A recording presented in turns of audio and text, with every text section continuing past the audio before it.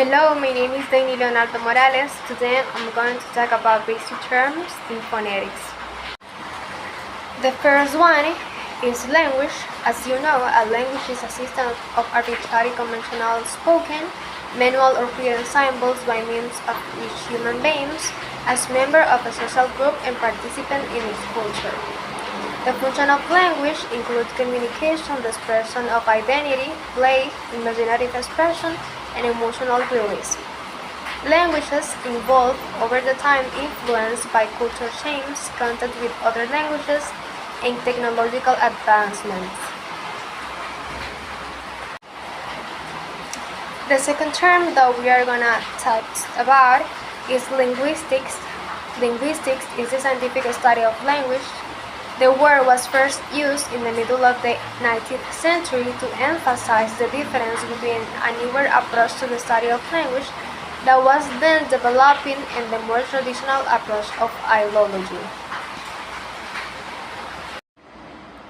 Okay, here we have a question. What is phonetics? Phonetics is a branch of linguistics that comprises the study of the sound of human speech.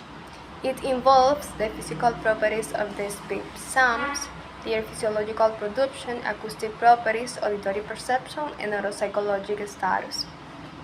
Phonetics study everything related to the production and perception of human speech sounds, and is divided into three main branches, each focusing on a different aspect of speech sounds. The first one is articulatory phonetics. This is the study of how speech sounds are produced by the human vocal apparatus. This one studies the role of the tongue, lips, vocal cords, and the other speech organ in sound formation. For example, the difference in tongue placement when pronouncing the sound T and D. The second one is acoustic phonetics. This is the study of the sound wave made by the human vocal organs for communication. Also, this one analyzes the physical properties of sound wave produced during a speech, focuses on aspects like frequency, pitch, intensity, and duration of sounds. The third one is auditory phonetics. This is the study of how speech sounds are perceived by the ear, auditory nerve, and the brain. This one explores how people differentiate between similar sound and how hearing impairments affect speech perception.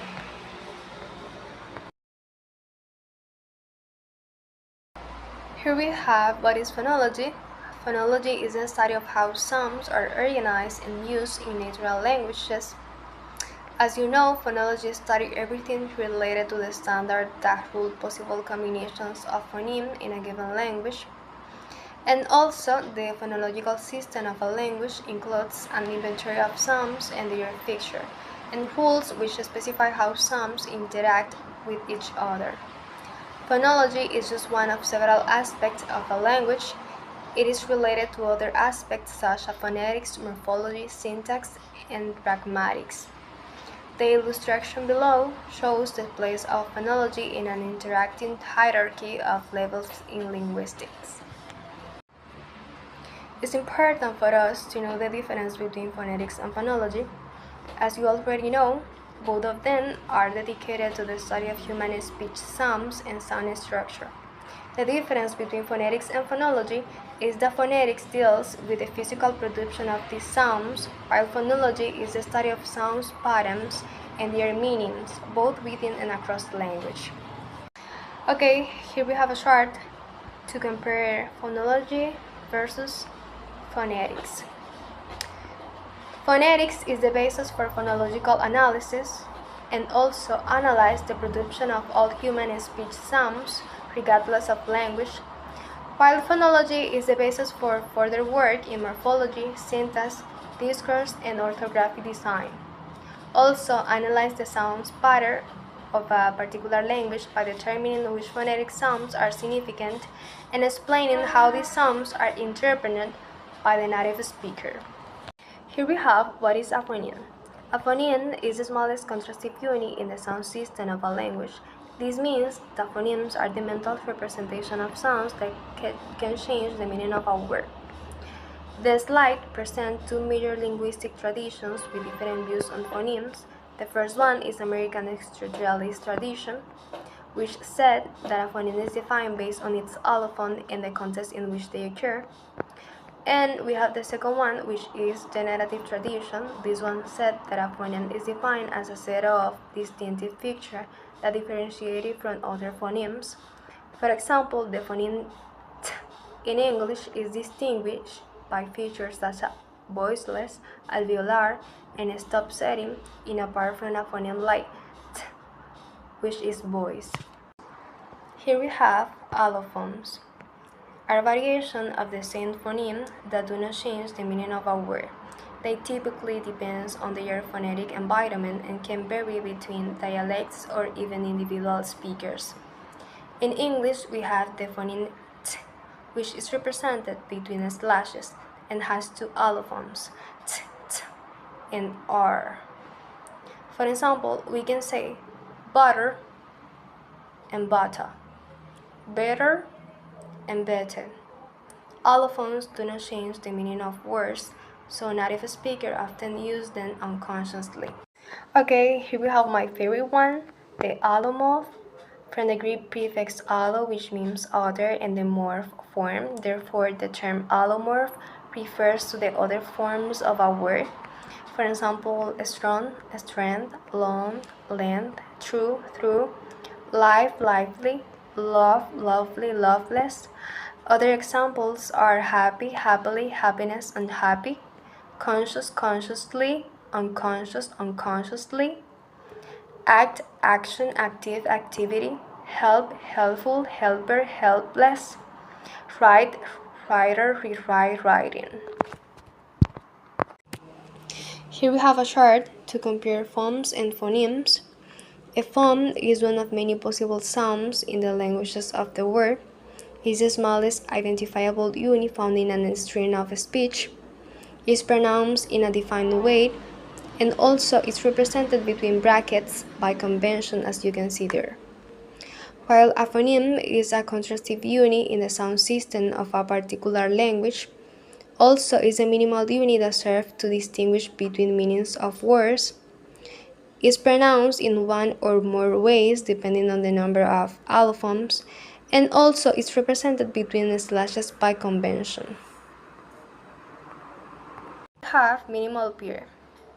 It's a pair of words that differ in only one speech sound but have distinct meanings, thus establishing that the speech sound in questions are different phonemes.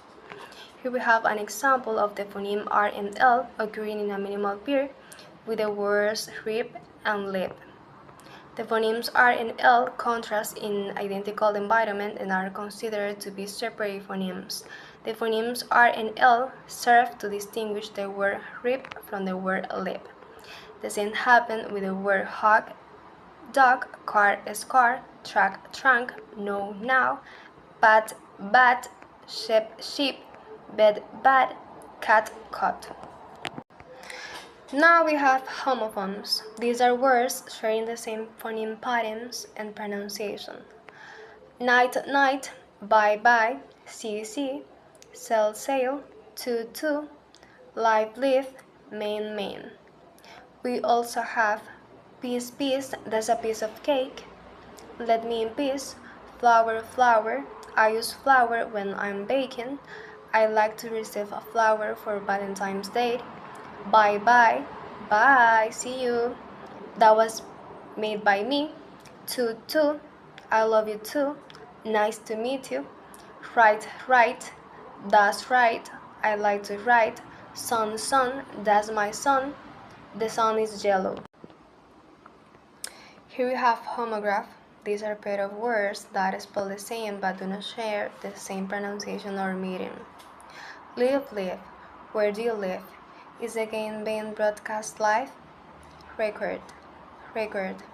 What is the world record? Please record the program on channel 8. Lead, lead. Lead me to the water stream. This box is as heavy as lead. Object. Object. What is the object in her hand? Please do not object to my plan. Bow, bow. She made a bow after her performance. He shot an arrow with a bow.